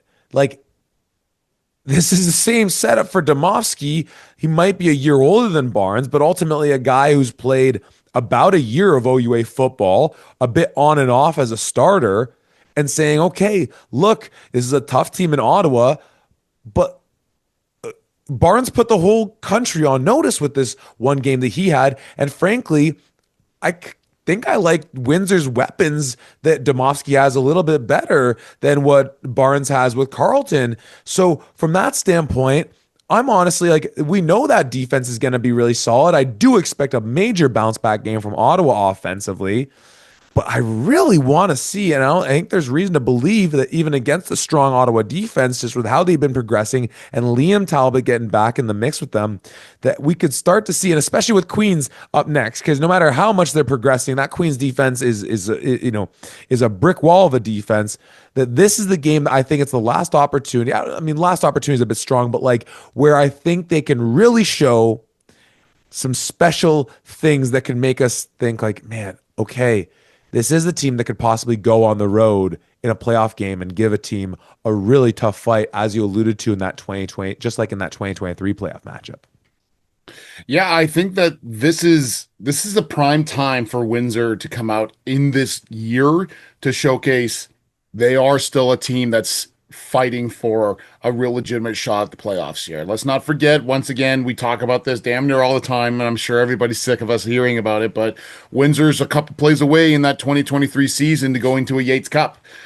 And yes, with the play call and blah blah blah, but like the mere fact that they were there in a semifinal game, in a close semifinal game against the Laurier Golden Hawk squad, showcases that this Windsor team had some real potential here. Now they've graduated a lot of players since 2 years ago. This is a very different looking team, but this is a team that still has veteran players like a Wavy Mumbo and the way that been playing and guys on that defense. To me, if you want to really showcase that you are back in this game and that you are really playing at the very highest level, this is a must-win game for Windsor. This is an absolute must-win game, and I think that Domofsky's got to have his best game for sure. Just getting the ball out to those guys that you listed off: Mateo Tryfin, Colby Ginn, Evan Martin, Tyreek Crayson. All of those guys need to be involved into this one. I would love to see Liam Talbot. Obviously, he's been playing that more of a running back position. It looks like Andrew Delaney has been out for a little while here with an injury. I would love to see him get a little bit more in that passing game, even if it's just a swing out or something along those lines. He's more dynamic than just being a pure runner in that regard. But this offense has got to really come alive against an Ottawa defense that I'm sure was reeling to that loss, and were devastated in that Panda match, and is really going to look for a get back game to get back into where they were. So both teams really looking for a win in this one, and really going to be fighting their very hardest to get it. And we know our friend on Reddit went through all the scenarios that could play out based on how his predictions went, or based on how their predictions went of these playoff games. And I don't know all the various machinations, but you talk about it as a must win for both these clubs. Like, there's a reality that, like, we go from the possibility of having Ottawa hosting Carleton in that first round playoff game to like, what I'm ultimately saying is, like, there is a possibility where all these teams would end up at 4-4 with it all being said and done. And like, with those, however it shakes down for those teams, it's, maybe it's still just the Ottawa Carleton matchup, but the difference between either Ottawa squads going to Windsor versus Windsor going to this club to Ottawa certainly is what makes that. Yeah, I think you're darn right. A must win, to say the least. Josh Jansen.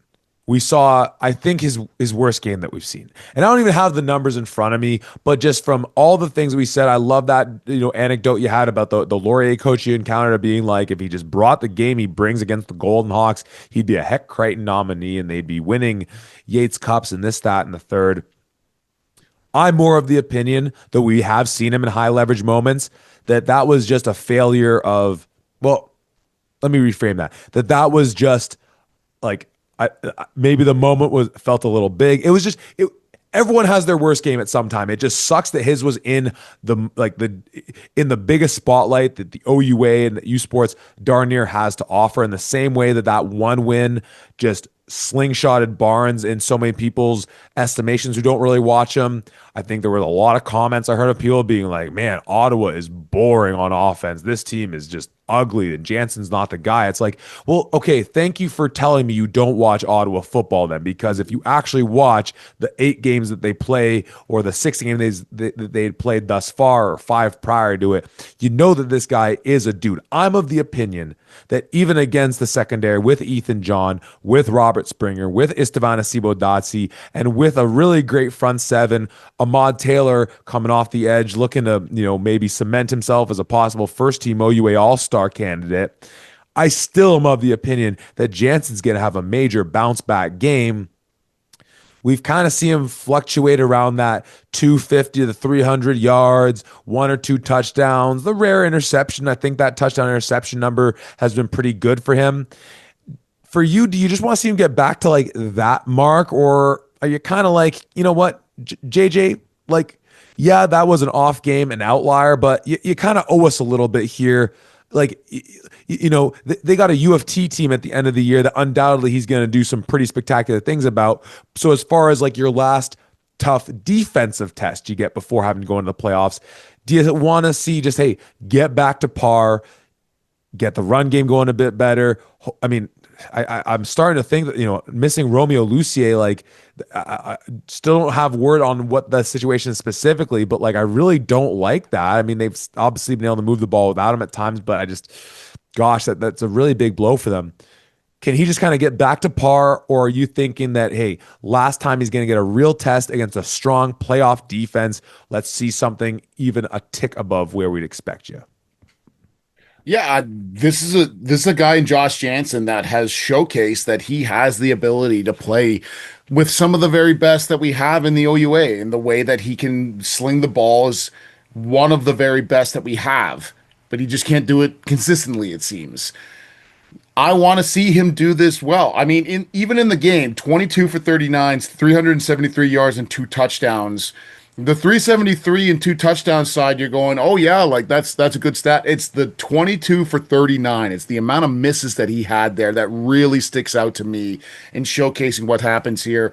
I'm surprised at how few or how little it seemed like Noah Avery was being a part of this offense going into this Carleton game. I really thought that he was going to go off in this one, if for no other reason than Josh Jansen just continuously giving him chances in order to do good things. Now, Robin Collier, 5 catches for 159 yards and a touchdown. That's nothing to sneeze at, certainly here. But this is a Ottawa receiving core that is very, very good, and that can really do some damage on a team as long as they are given the football or given an opportunity to go get the football. So yeah, I'm keeping Josh Jansen in a very high esteem and keeping him in the same fact of like, yeah, if you want to play in the OUA, if you want to be some of the best, your quarterback has to be one of the very best here. And I think they have the potential. I really do. I think that Josh Jansen showcases some really incredible capabilities at times. But if you can't do it consistently against some of the best defenses that you're going to see here, there's nothing else that you can really say. So I am holding Josh Jansen to a very high regard, saying you've got to play your very best football here. If for no other reason than, yeah, we want to see this offense really start to take form and to showcase how good it can be going into the playoffs here. Taking care of business against a Windsor team that is known for being aggressive and playing great defense with Coach Donovan leading the way. If you can get a convincing victory here through the air or just by scoring a lot of points, I think that does a whole lot to the entire feel of the GG's team. I mean, super selfishly, I wish somehow this game was just neutral site, slap it somewhere in the middle. I don't know, call it Varsity Stadium, and just be able to see truly how these two teams match up against one another when it's not that major swing in terms of having this travel piece to it. I'll throw in as well, awesome matchup in the kicking game between Zachary Copeland and Brady Lister. And I think this is the type of matchup where it's gonna be a function of one of those two guys. It's high bar, I'm gonna say here, but being perfect, and another guy maybe you just go 4 for 5 and 2 for 2 on your extra points, and it's just not enough. Missing those 3 points there and just not coming away with points on a drive. This is just like it's a supremely tight matchup, and it's a huge game, and the stakes on the table. I don't really have too much else to say. I want to just watch this game and just enjoy it start to finish.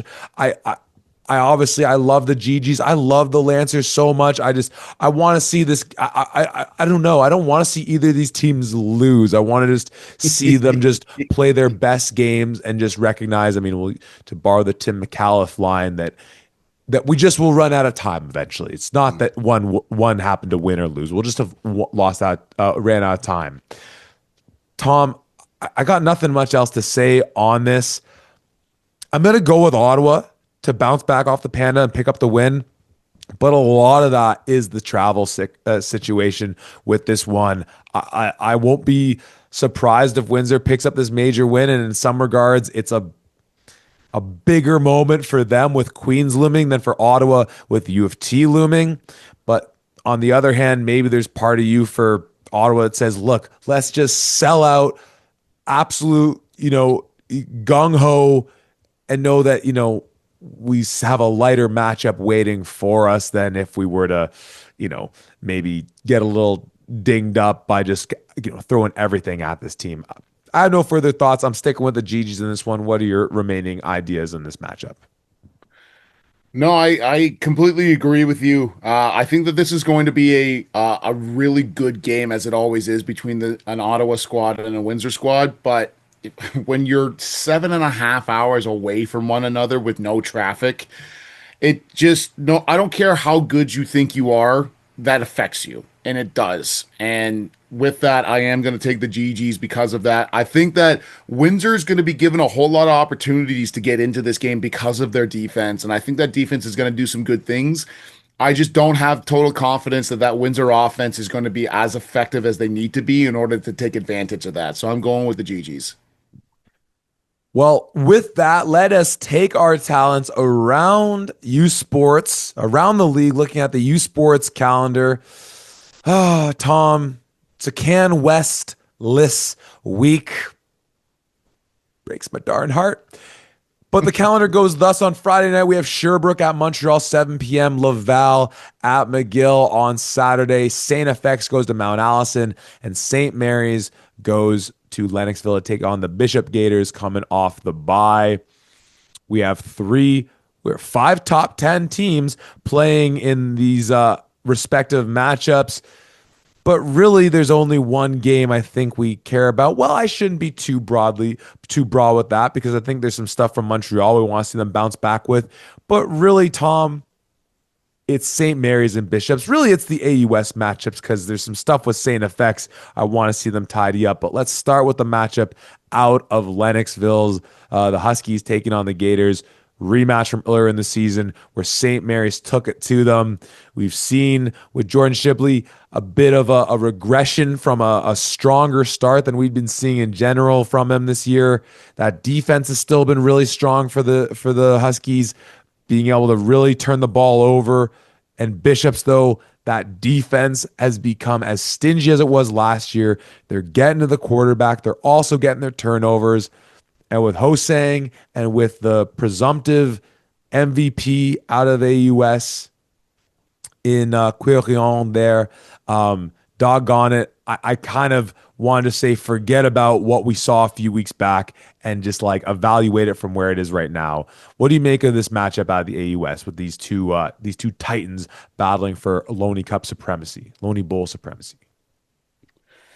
To me, this is really going to come down to how effective can St. Mary's be offensively here in order to keep up. Obviously, in that previous game, I mean, Justin Shibley, 19 for 28, 241 in the air, two touchdowns and two interceptions.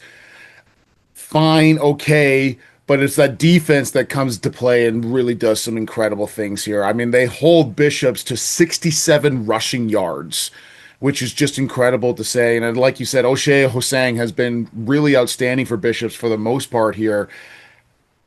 But St. Mary's has a defense that I think is truly legit. If their offense can match the output that their defense can, they are Lonely Bowl champions for sure.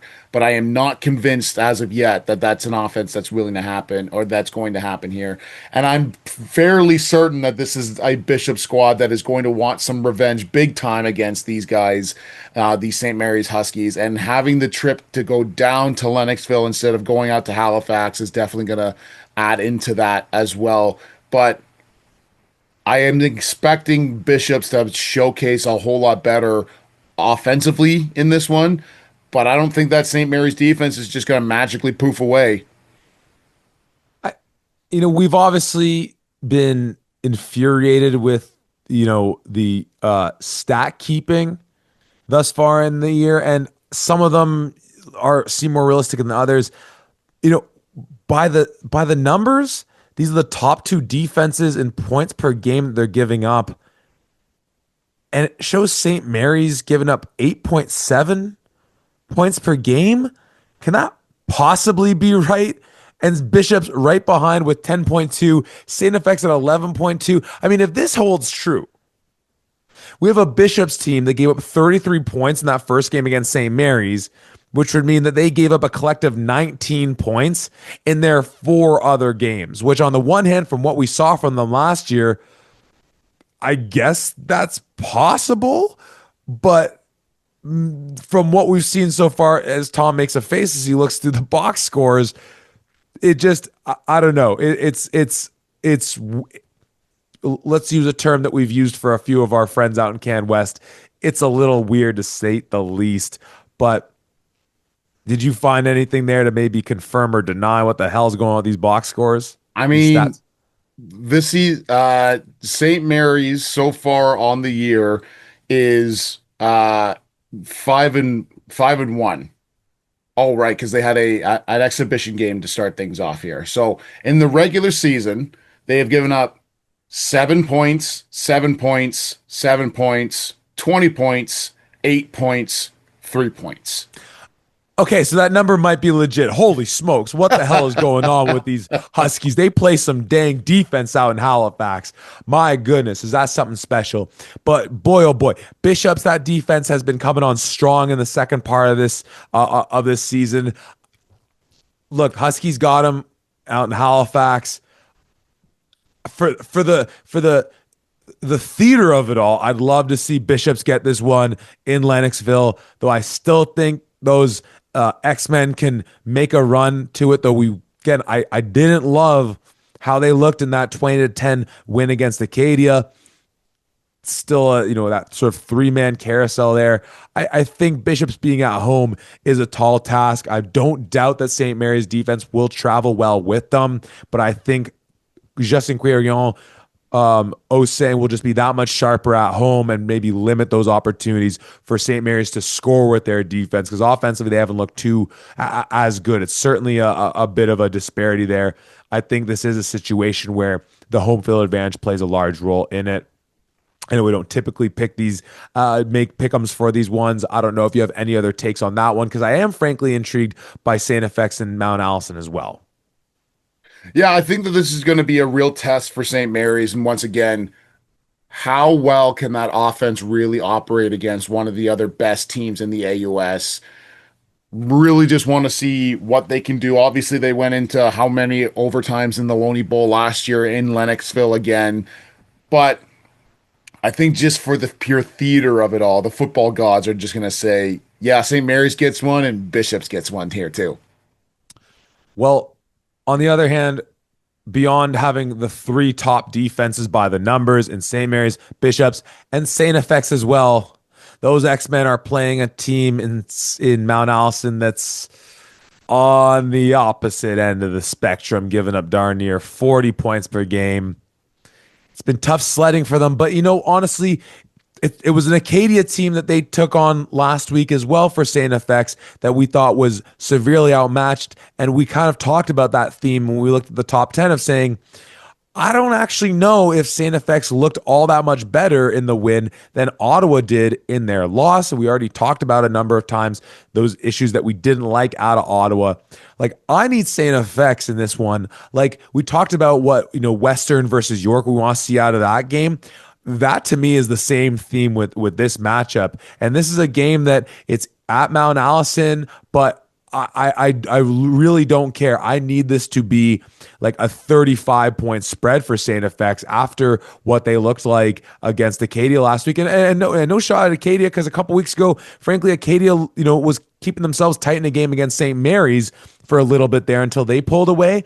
But really, it's just with one of those teams in St. Mary's and Bishops getting to come out of this week looking really good, because obviously someone's going to be able to beat the other for St. FX. And at the end of the day, once we get into the Loney Bowl playoffs and they just sort of duke it out to see who's going to be, the semifinalist for all of USports, it doesn't matter like how much, the win is just a win. There's nothing more to it. But as far as the talking head aspect of it all, I need to see this as like a 5-score differential in this one. Yeah, I completely agree with you. They played each other earlier in the year and St. FX won 34-0. I almost want to see more than that from the St. FX team. And like when you look at some of the numbers here, Silas's numbers on the year. Now, he was injured in that one game against Bishop, so that is something worth saying here. But still, on the year so far, Silas has 81 for 140. That's a 57% completion rating. Just over 1,000 yards passing, 4 touchdowns to 2 interceptions. That is not anywhere close to where we expect Silas Fagnon to be. And this is his last year playing at St. FX. I want to see this young man really go off and showcase why, at one point in time at least, he was the very best quarterback in the AUS by far. I don't think that we've seen that really so far in this one. One, I don't have them in front of me, and I'll see if I can pull them up. And obviously, it's kind of there's the chicken and the egg aspect of it when you talk about quarterback production and then receiver production. But like, really, like, where's Ben Harrington been on the year for them? And again, it makes all the sense in the world that if the quarterback's year is down a little bit, that the receiver is going to be toe to toe with them. But I mean, Zachary Hood. He's got 2 touchdowns. He's averaging 82 yards. Like, it's serviceable in the mix. But, this is a team that, like, just in terms of that offensive talent they have there, I'm on the second page here of our receivers here in USports. I'm still not seeing our guy in Harrington, where when you look at that backfield of Fogarty and of Bussey, and then in theory, you have this dynamic duo of, where is he? I still can't find him. I'm scrolling through here. But of Harrington and of Hood, and I'm just thinking like, man, oh man, on paper, this St. FX offense should be the very best that that AUS has to offer. And frankly, they haven't lived up to. I'm completely in agreement. I need to see a little bit more, even though you're on the road, than a 34-0. I need this to be like, throw in the towel type action that we're going. All the love for Mount Allison, but like, doggone it, like I just want to. I need to see a little bit more. Tom, any other thought? Yeah. What else? Yeah, this is a Ben Harrington, 14 catches, 167 yards, and 1 touchdown. That is not anywhere close to where we have come to expect from him and from this squad. And that's really, to me, what could spell the difference here between you going to a Loney Bowl at all and being knocked out before you get a chance to. Like, this is with the way that these other teams are playing. In the previous years, I mean, St. FX had won it so many years in a row kind of thing, and they looked really outstanding when they were doing it. Once again, going back a couple of years, because we just love to live in the past, and when I say we, I mean me. But they were going up against a Saskatchewan squad led by Mason Nias, and for 3 quarters of play looked like they were going to come away with a victory in a semifinal game for the first time since 2007. going to a Vanier Cup, and then obviously the wheels fall off. But still, they looked really solid here, and I need to see more from these guys. I need to see them really play their very best, and I need to see this passing game in particular go off. I have total faith in Malcolm Bussey and the way that he's been going, and Fogarty, like you mentioned, but I need to see Silas get back to where he was, get back to that outstanding quarterback that he is, if they want a chance to win this one. And let's talk briefly about our two matchups out of the RSEQ. Laval going to McGill, and then Montreal taking on Sherbrooke. Laval team, we didn't really talk about their matchup against Concordia, a 19-8 win for the Rouge et Or. And though I didn't get a chance to go back through it, 23 for 34, 222, a touchdown and interception. I know they picked up the win in this one, but when we looked at that game against Montreal, Montreal capitalized really on like one, two bad mistakes for Desjardins. The loss obviously is louder than any other stat you could put out there.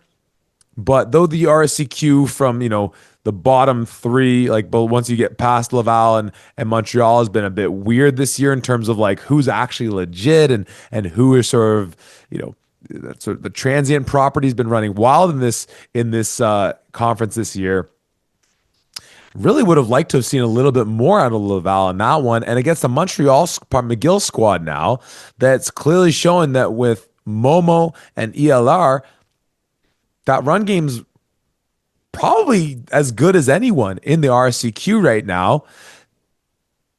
Is there a possible upset alert in this one? It feels weird, but honestly, with this McGill team so far this year, when we've seen them at their peak, and this has been that theme that you've picked up on from talking with folks around there, when they're on their A game, like they're ready to shock the world. Yeah, to be honest with you, when you were first setting things up, when we're going a lot around the league here and saying, oh, there's only one game that you're really looking at, I'm looking at this game. I don't think this is just an automatic Laval win by any means here. I like this McGill squad a whole lot. I think that they're definitely not going to be able to run the ball as effectively as they have, even against the Montreal squad, because this is a Laval defense that does not allow people to run the football. It just doesn't happen. And so I think they're going to run into a Rouge or wall when they're trying to do that. But this is still ELR, and this is still a capability that he has to just make plays. Maybe you don't see as much from Jerry Momo as that standard, just straight up running back, but this is still a quarterback that is going to be very tough to contain, and a Laval squad that hasn't exactly blown the doors off offensively here to make me say that the score is going to be out of reach before ELR and this offense can really get going here. With the fact that they're traveling from Quebec City down to McGill, all of the pieces are in place here for McGill to play their very best football. I don't know. To me, there is a potential upset alert. I'm not ringing that bell constantly, but I'm peeking over here being like, don't just think that you're gonna roll over here. I have not seen Laval really roll over a team effectively, at least for a few weeks so far here. So yeah, I'm really looking at this game. Well, and when we look at that matchup, and I'm just pulling it up, the McGill and Montreal breakdown there, it's a McGill team that rushes for 245 on a Montreal team that's given up about $150 on the ground. And so just to flip the script there, Laval's given up 82 yards on the ground all year. I'm going to go ahead and say that McGill will supersede that number, but is it the same effect of, not quite doubling, but about 100 plus yards over that average? Or is it a little more contained? I think we're probably both aligned that McGill should and probably will, if Momo's in there and healthy, and with ELR get above that 82 mark. I'd be surprised if they don't get over 100. That would be some, like, again, we came out of that Montreal Laval matchup being like, look, like it was in Montreal, and we were really put on blast of being like, you do not sleep on Montreal when they're at home, and Laval really cannot like get that win in that stadium. But that's a big thing for me. If Laval can really do what Montreal has ceased to do in two outings here, home or away, and slow down this Redbird rushing defense, and clearly by the numbers, Laval is better, but even just as a product of the sort of relative jump you give to an opposing team, like that's where I'm curious to see where Laval holds their own in this one, and just if they can just what you'd expect from a Coach Constantine club to be able to say, we're not going to let you literally go and try to do anything else. You won't run on this day. What do you make of it from that standpoint? Yeah, I don't think that they'll be able to run up the middle, especially against this Laval squad. I know that even the Montreal teams that have beaten Laval in previous years to get to and win the former Dunsmore Cup, they're not doing it by running the ball on these guys a whole bunch. I think ELR's definitely going to need to have his best game that he's had through the air if they want a real legit chance here. But I think that Jerry Momo can still take a whole lot of pressure off of him by getting those yards on the ground, even if it's by tosses or any other way that they can get that done. So I am expecting that, like you mentioned, I think McGill is going to rush for more than 82 yards against this Laval squad. But you are going to have your best game offensively and probably your best game defensively if you really want a chance to hold down the Rouge or and to get a dub here. Now, on the flip side, we have a Sherbrooke Montreal matchup in which Sherbrooke, as recently as their last outing, coming off a bye, took out this McGill team that we've seen giving Montreal fits in two outings, going as far as picking up the win and nearly picking up the second win last week. The defense really hasn't been as strong as some of these other clubs, giving up darn near 30 on the season so far. How much stock do you put into that aspect of a Montreal team that young quarterback, to say the least? Obviously, Pepe off the jump was showing some really impressive things. Major transition moving off of Senecal. So many key pieces still on that defense from years past. And Boyer as the kicker, like a lot of things, those core elements from that team.